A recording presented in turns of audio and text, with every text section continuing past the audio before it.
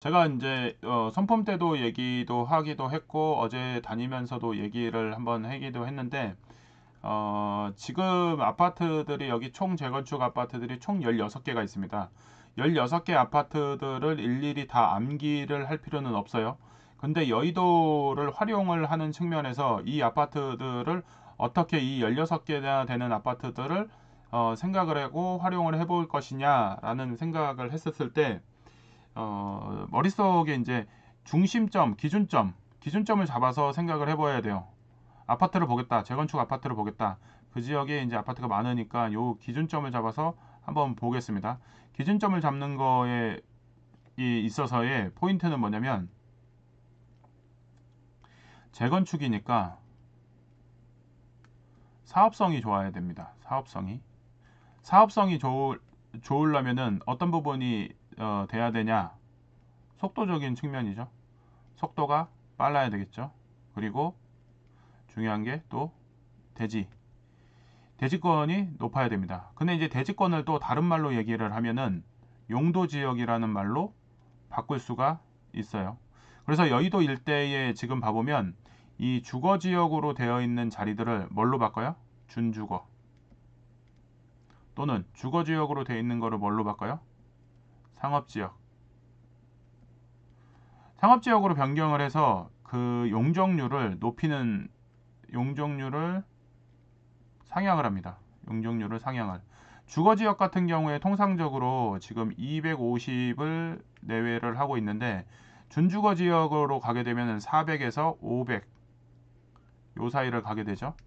그리고 상업지역인 경우엔 일반 상업지역 등으로 되어 있는데 통상 지금 상업지역에 이런 것들을 올리게 된다 그러면은 보통 900%까지를 올리려고 노력을 하죠.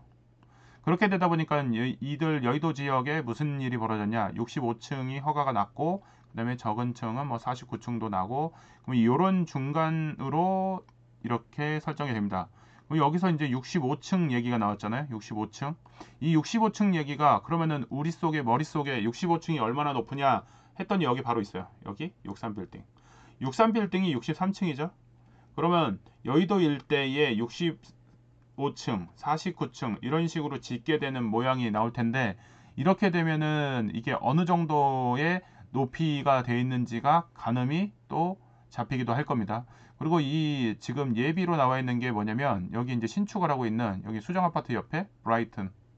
요 브라이튼이 많이 올라갔죠. 여기가 이제 상당히 또 높죠. 이런 것들이 요 지금 아파트 지역에 넓게 펼쳐져서 지어진다는 얘기를 하는 거죠.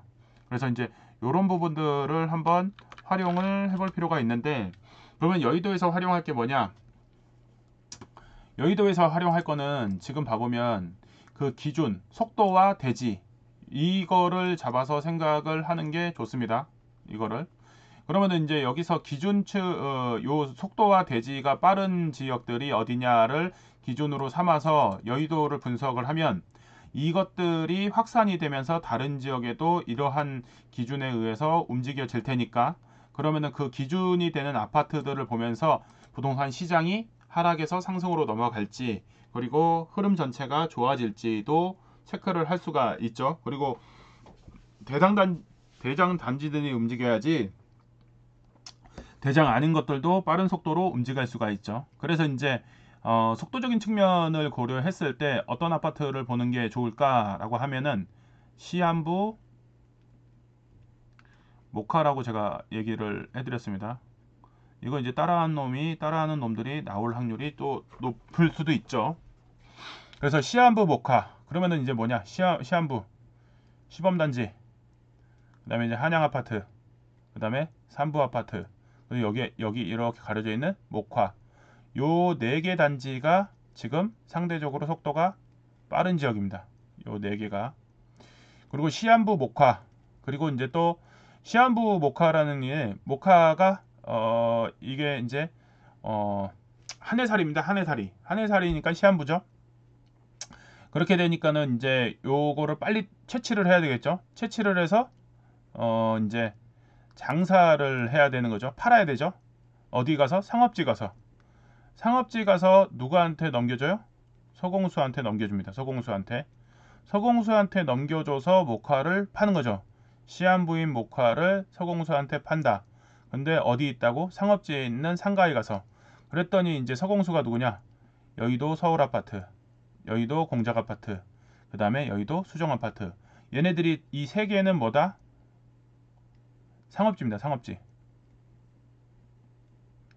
그래서 속도와 대지지분이 용적률이 이제 높게 이제 올라갈 수 있는 것도 대지지분의 역할이 있죠. 공학적으로 이제 바뀌는 거죠. 이렇게 되는 지역들이 선도 지역이 될 수밖에 없는데 이들 지역에 대해서 고민을 해봐야죠. 이들 지역이 재건축 속도가 빠른지, 그리고 호가도 떨어지지 않고 계속 상승을 하는지, 그리고 이들 지역에 대해서 바뀌면은 어떤 모양으로 바뀔 건지. 그래서 이제 이런 것들을 이제 둘러볼 겁니다. 그래서 이제 전체적으로 요 여의도역을 중심으로 해서 여의나루역으로 가는 길목에서 요 중간 지역은 전체적으로 주거지를 형성을 하고 있고, 그 다음에 색깔을 바꿔서 한번 표시를 해볼게요. 이쪽에 이렇게 이제 파란색으로 되어 있는 데들은 이제 업무지구로 되어 있습니다. 그리고 마찬가지로 저쪽에 이제 서여의도도 이렇게 이쪽으로 되어 있기도 하고요. 요 두 개의 지구가 지금 일자리. 그리고 이들 지역의 또 장점은 주거지역과 계획도시를 잘 만들어 놓은 게, 주거지역 사이에 뭐를 만들어 놨냐? 딱 보면은 여기 지금 보시는 것처럼 학교, 여의도 고등학교, 여의도 중학교, 여의도 초등학교, 여의도 여자고등학교 이렇게 되어 있습니다. 그래서 이제 이런 것들도 한번은 생각을 해볼 필요가 있고, 그리고 이제 단지들이 이렇게 조그매요. 장미 아파트, 그다음에 화랑 아파트, 대교 아파트. 요거 이제 이렇게 장미, 여기 화랑, 여기 대교, 화장대라고 하죠. 요 세 개가 같이 되면은 제일 좋았을 텐데 안 된 게 좀 아쉽긴 하죠. 이렇게 된다 그러면 이렇게 하면은 단지가 엄청 이쁠 텐데. 그래서 이제 이런 모양들을 이제 생각을 해보면서 이런 것들을 어디로 적용을 한다고요? 일산이나 그다음에 분당이나 이런 것들을 생각을 할 때 기준점을 놓고 일산과 분당의 아파트들을 한번 체크를 해보시라. 그래서 이제 그런 것들이 잘 가고 있는지를 비교를 해보시면서 투자 가치에 대해서 판단을 해보는 겁니다. 그러기 위해서 여의도를 보는 거에 도움이 되는 거죠. 이게 뭐 돈이 있고 없고를 떠나서 그런 기준을 갖는 게 상당히 중요해요. 근데 기준이 없이 뭔가를 계속 한다는 거가 결국에는 기준이 없기 때문에 오래 할 수도 없고, 그리고 일관성 있게 하질 못하니까는 투자 수익률도 높게 나올 수가 없는 상황이 되는 거죠. 그래서 이제 오늘 저녁에 실제로 이들 지역에 대해서 걸어가면서 지금 시한부 목화 서공수 위치가 어떻게 생겼고, 단지의 규모가 얼마나 크고, 이런 것들이 개발이 되면은 어떤 모양새, 그리고 일자리하고도 어떤 연관성이 있는지를 한번 체크를 해보면 도움이 될 것 같습니다. 그래서 이제 한번 이렇게 전반적으로 체크를 한번 해봤고요. 그래서 이제 마지막으로 이제 정리를 다시 한번 해드리면,